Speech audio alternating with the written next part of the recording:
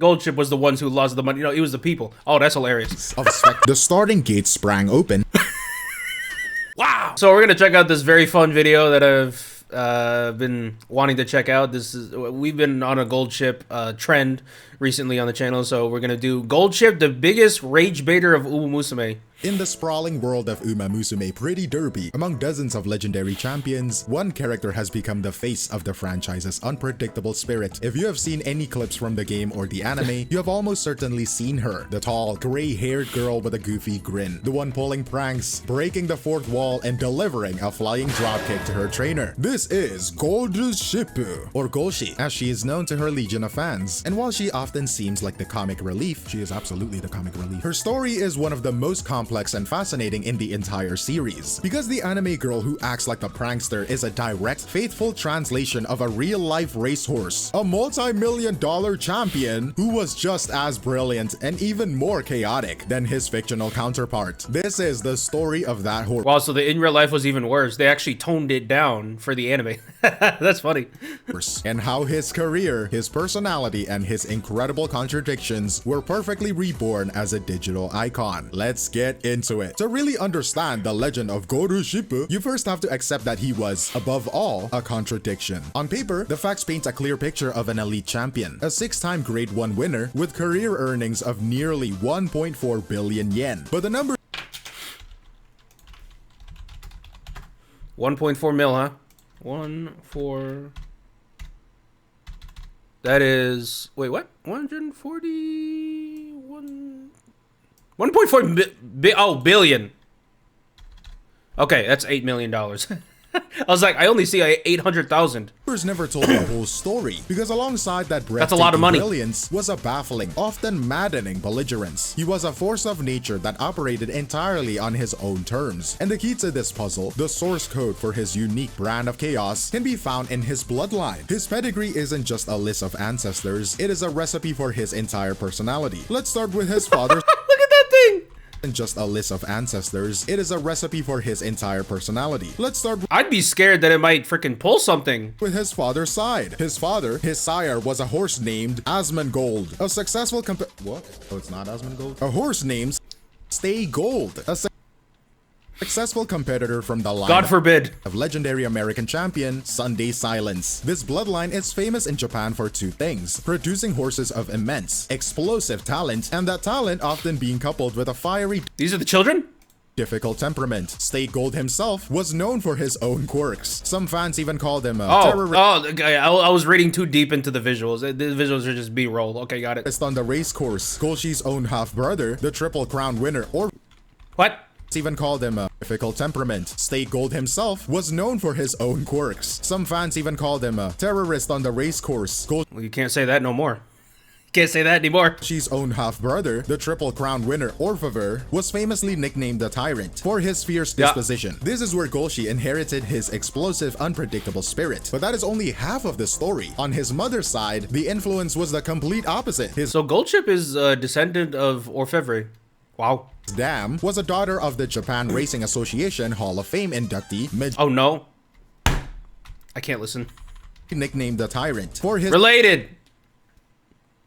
Only half of the story. On his mother's side, the influence was the complete opposite. His dam was a daughter of the Japan Racing Association Hall of Fame inductee Mijiro McQueen, one of the nation's most celebrated long-distance runners, or stayers. From this line, Golshi got his signature gray coat that whitened with age, and more importantly, a deep well of stamina and consistency, the ability to just keep running. So you have this perfect genetic storm. From his father, the volatile spirit of a rebel. From his mother's side, the powerful, relentless engine of a marathon runner. His entire career can be seen as a manifestation of this war within him. A horse born with an engine of a stayer, but cursed with the soul of a rebellious He had the sprinter. He was a living paradox, and it was on the racetrack where this internal conflict would be put on full so he got all the best genetics display for the world to see. He's like Ichigo from Bleach. He got all the perfect genetics. His career wasn't a simple list of wins and losses. It was a story written in a few distinct, unforgettable moments. The first came in 2012, and his first major Grade 1 race, the Satsuki Show. The conditions were awful. A track soaked with rain, turning the ground into heavy, treacherous mud. For most of the race, Goldship Golshi did what he always did. He lingered at the very back of the pack, seemingly uninterested, right? But as the field swung wide into the final turn, trying to find a better footing on the outside, Golshi did the opposite. He dove towards the inside rail, a path so rough and chewed up that every other jockey was actively avoiding it. With what can only be described as breathtaking power and balance, he warped through this treacherous path, gaining an immense advantage. From there, he unleashed a devastating charge down the straight, blowing past the entire field to win. This wasn't just a victory, it was a statement. It was the debut of his heart-stopping You see what happens when he locks in? chaser style, and a clear sign that he operated by a completely different set of rules, jumping forward to his 6th and final Grade 1 victory in 2015. The Tenno-sho was perhaps the race that best captured his grit. This was a grueling 3,200 meter marathon, a race he had tried and failed to win twice. Damn, they got a whole, man, this was a grueling 3,200. The budget for these races is a lot. They have a whole meter marathon, a race he had marching tried band and failed for to this. win twice before. He was also recovering from a hoof injury, so expectations father of those that wanted to were line break. mixed. And okay, got it. Thank you. Started poorly, as was his custom, am I right? Trailing far behind. But on the backstretch, he began a massive, relentless run, moving up through the field, and in the final desperate strides, he caught the leader to win by a mere neck. It was a victory of pure perseverance, and his jockey's comments after the race were incredibly telling. He said, "I was thinking of going front if he started well," which obviously wasn't the case. From there on, I just concentrated on following the pace and careful not to turn him off. That last part is the key. The job wasn't just— So question about like how the races actually work. So do the jockeys actually do anything for like with the horses when they're riding on it, or is it just you literally just let the horse do its thing at that point? Like you do the training, you do the conditioning and all that, but once the race actually hits, you kind of just let them go and you just ride on top. To ride him. The job was to actually manage his psychology, to keep him engaged. This win was a testament to the delicate mental battle required to pilot him. These moments showed that when Also, you pilot, you slap the horse to make it back faster? Huh. Oh, like the... Ah, okay, yeah. Golshi was in the mood, he was a nearly invincible force of nature, but the entire sport, and everyone who bet on it, would soon learn in the most spectacular— So it's like steering wheel, right? It's basically a steering wheel. way possible what happened when he was not. Oh dear, what happened here? Invincible force of nature, but the entire sport, and everyone who bet on it, would soon learn in the most spectacular way possible what happened when he was not. The stage was in 2015. Takarazuka Kinen, Golshi entered the race as the overwhelming favorite. He was on the verge of making history, attempting to become the first horse to ever win this prestigious all-star race 3 times in a row. Oh no, is this spoiler? Who fucking cares? The betting public had wagered an astronomical sum on him. The starting gate sprang open. Wow! And the rest of the field thundered away. Goldship went into what was described as an inexplicable fit. He reared up high on his hind legs, holding the pose, a perfect statue of defiance, as the race disappeared into the distance. By the time he finally decided to run, he was hopelessly behind. In that single moment of defiance, an estimated 12 billion yen in winning tickets was instantly turned into worthless paper. Yeah, because everyone betted on gold. Everyone betted on gold shit. Depending on the exchange rate at the time, that is anywhere from about 82 million to 135 million USD. Gone. Vaporized by a horse who simply decided he didn't feel like it. And this is the event that truly defines his legacy as the chaos. Damn, people took out their freaking retirement for this gamble because they thought Goldship had it locked down. Agent. And then half a second later, they're like, this is why I don't gamble, bro.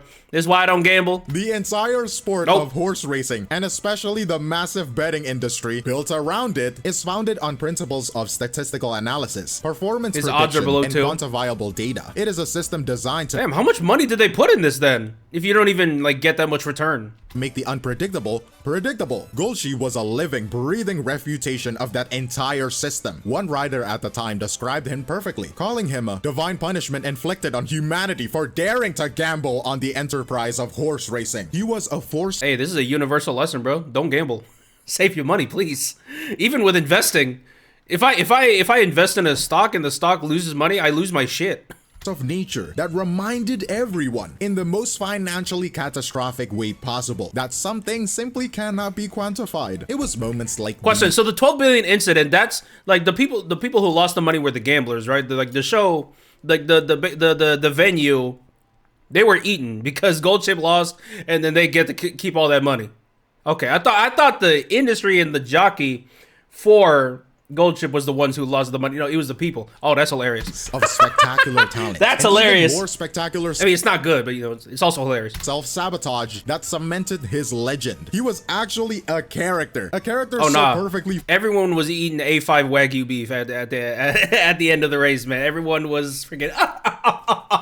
Formed. It was almost inevitable that someone would decide to make his story playable. This is where the Golshi legend was supercharged for a new era in the world of Umamusume Pretty Derby. And the genius of his adaptation to the horse girl is how it was a meticulous and clever translation. It starts with her visual design, which is essentially a canvas of hidden references. It is designed to be a rewarding experience for anyone who knows the real story. For instance, her race outfit, the red dress, and the white and red sweatbands is a direct copy of the jockey silks his riders wore. That's Look cool. closer at the I like how they include the designs of the jockeys as well, not just the horse and the characteristics of the horse. dress, and you will see 6 gold buttons running down the front. Each one represents one of his 6 grade 1 victories. And then there are the visual puns. A large golden anchor shaped ornament hangs from her thigh, a playful nod to her name, Gold Ship.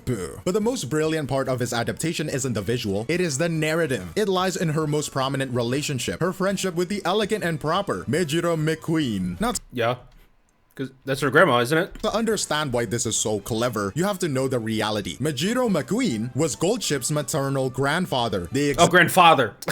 Why I keep saying grandma? Because I'm so used to the horse girls. I apologize. existed in different eras and, of course, never met. But in the world of Umamusume, where champions from across history can interact, they are reimagined as contemporaries, teammates, and the closest of friends. Their dynamic is a classic pairing. Gold Chip is the chaotic prankster, and McQueen is the easily flustered, prim and proper target of those pranks. This friendship is a living metaphor for Gold Chip's own pedigree. Think back to the source code, right? Mejiro McQueen, the elegant, consistent, long-distance champion, represents the disciplined stayer half of Gold Chip's bloodline, and Gold Chip's constant chaotic teasing of her is the personification of the rebellious, fiery spirit he inherited from his father, Asmongold. Their entire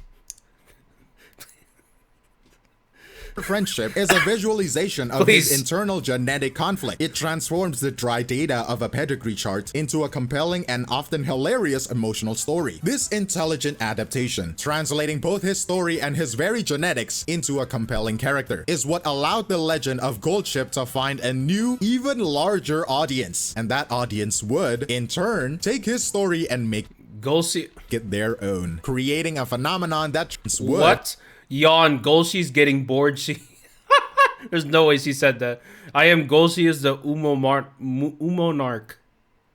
In turn, what is this Fire Emblem game that I'm looking at here? Take his story Golshi and make it their own, creating a phenomenon. That's the saying. She's doing everything besides training.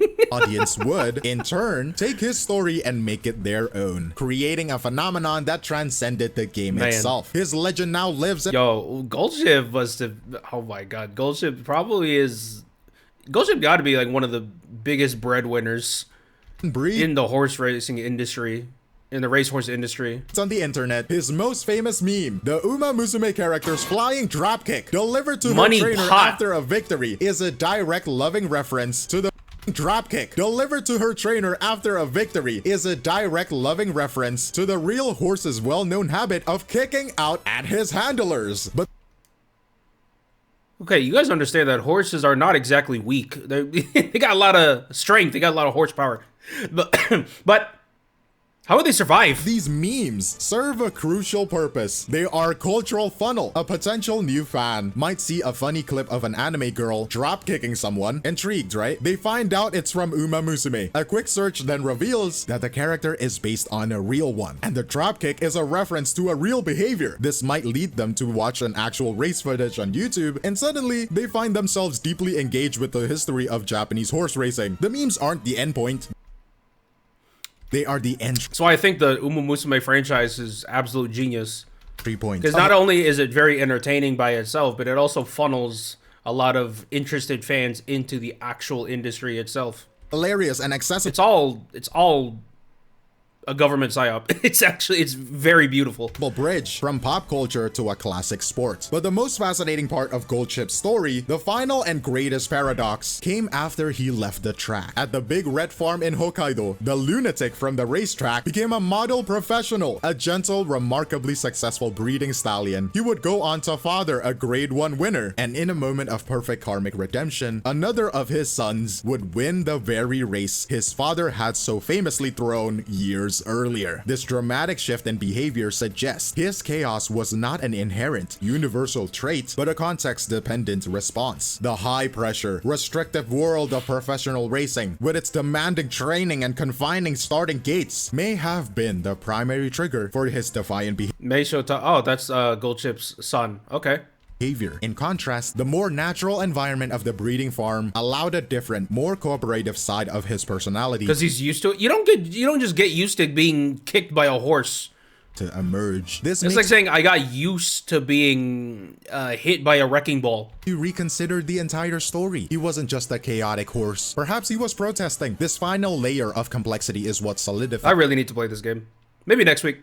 His place, not just as a champion, but as one of the most fascinating characters sport has ever produced. And in the end, that is the key to his enduring appeal. The perfect chaotic harmony between his place, not just as a champion, but as one of the most fascinating characters sport has ever produced. And in the end, that is the key to his enduring appeal. The perfect chaotic harmony between his two identities, the real horse and the fictional character. He was a character long before he was ever officially written as one. The real world thoroughbred's rare combination of elite, world-class talent and a maddeningly defiant personality created a natural, compelling narrative full of triumph, failure, comedy, and drama. The Umamusume adaptation succeeded so brilliantly because it didn't need to invent a personality. It only needed to faithfully and cleverly translate the complex one that already existed. The creator, if it ain't broke, don't fix it. That's the great thing about Umamusume storytelling. It doesn't change too many details.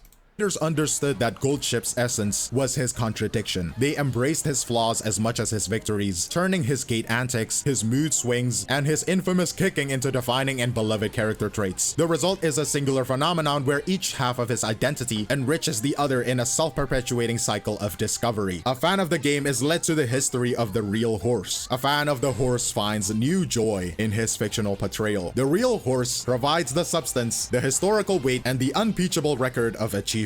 The anime girl provides the accessibility, the humor, and the modern cultural currency of memes and fan communities. Now, he's not just a horse or a character, a champion or a meme. He is Goldchip, the unsinkable ship of chaos, a unique and unforgettable icon at the nexus of sports, story, and digital culture, and a perfect case study of how a legendary personality can be immortalized and amplified for a new generation. Goldchip's story shows how much a real personality can shape a fictional character. But are there other real-world figures, athletes, or even animals whose stories you think are perfect for this kind of adaptation?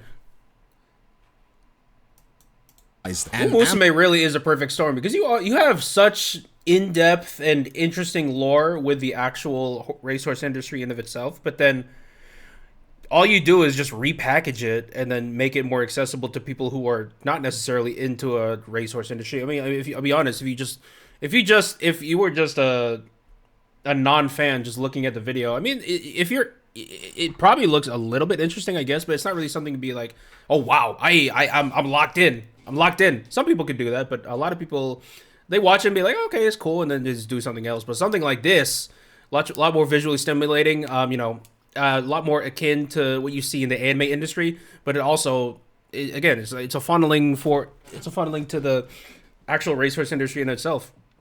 I think it's a really genius idea. They should definitely do that more. They should take real life lore with certain industries and stuff, and then just repackage it into animated films and shows. I feel like that's like a great business idea, honestly.